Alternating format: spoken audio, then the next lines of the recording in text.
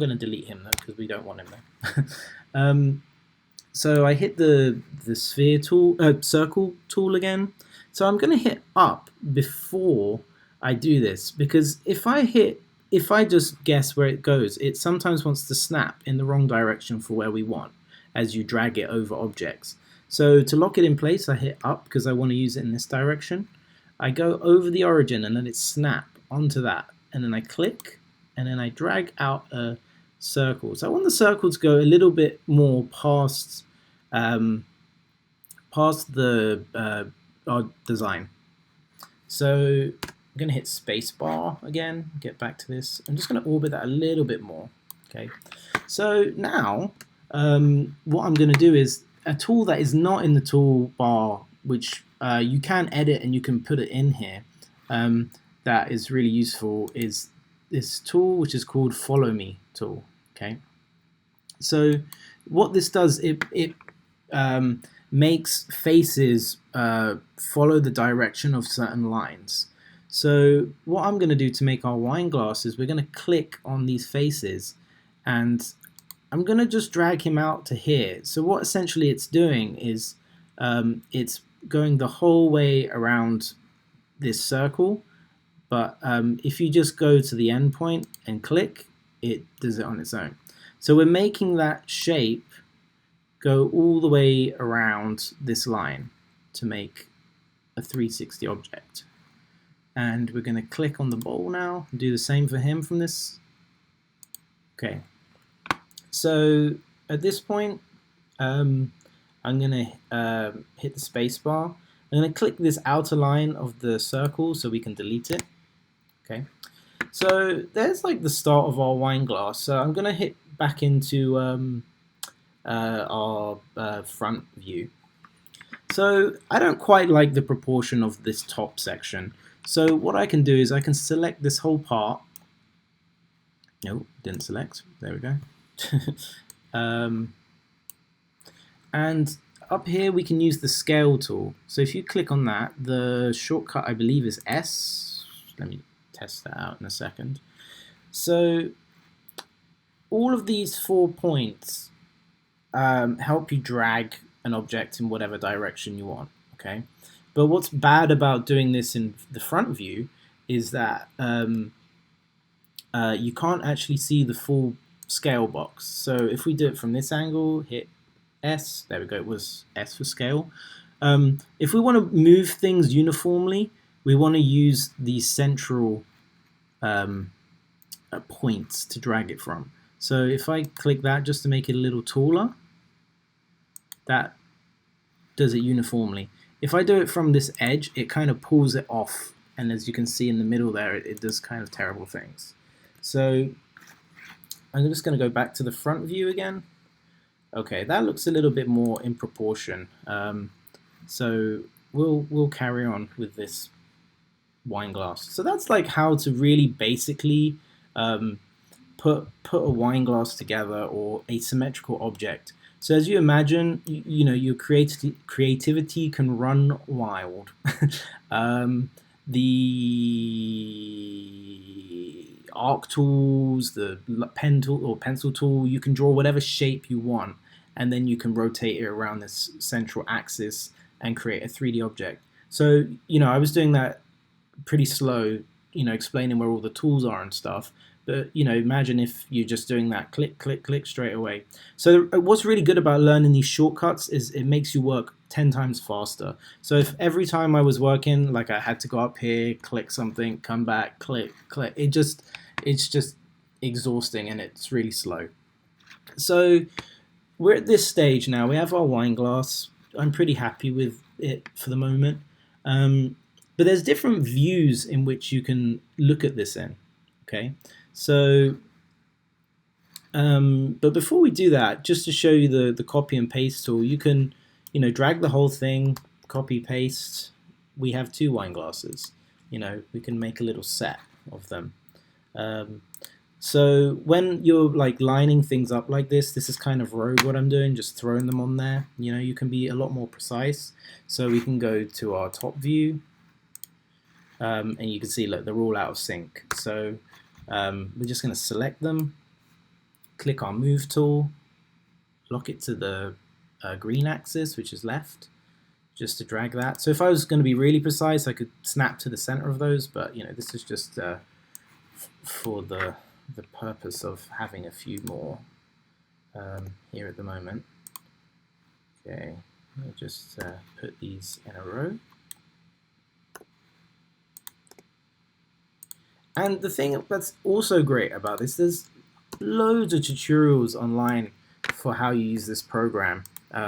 So what I used to use this a lot for in my projects, or for work I should say, was to give to build people's houses for lighting to go in.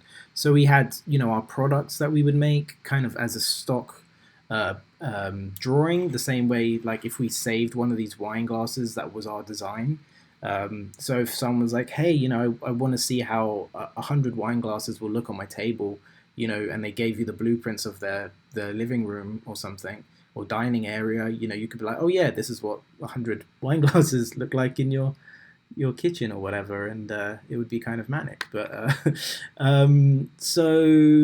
okay, so we were talking about different views. Okay, so where were we? Camera is where we want to be at, and we want to click in perspective mode now. Okay, so perspective, it kind of just makes things look way cooler, so it's good for kind of the final shots.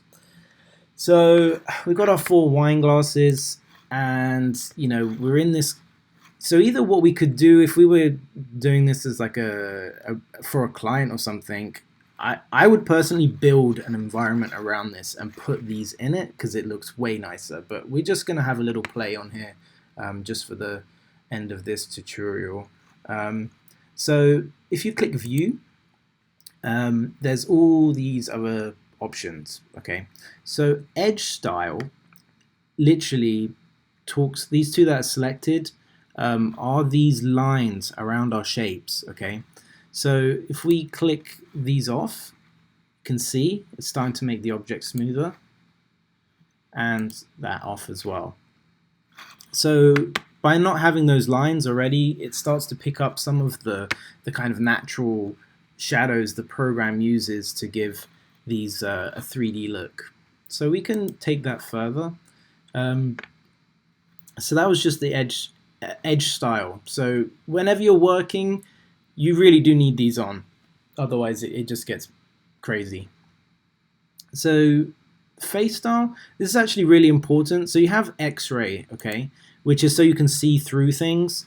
So if you're stacking up lots of objects and things like that, it's really useful to work in that mode.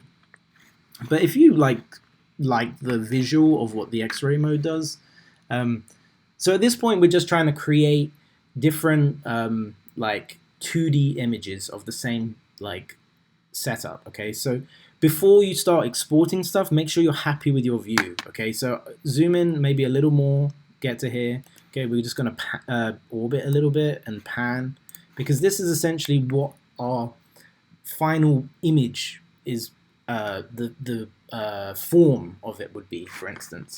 So what I tend to do when I export things for Photoshop is, so let's just take that off. So I would export maybe an image of this, which is the faces shaded with textures apparently. So these two kind of look the same, shaded with that and shaded without textures, because we haven't put any textures on it yet.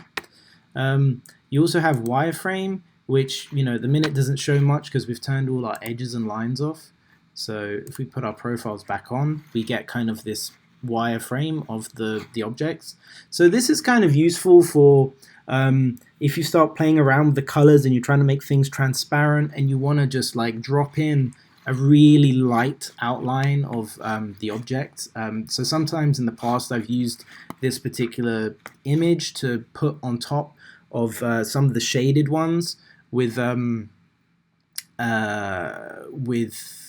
do you call it?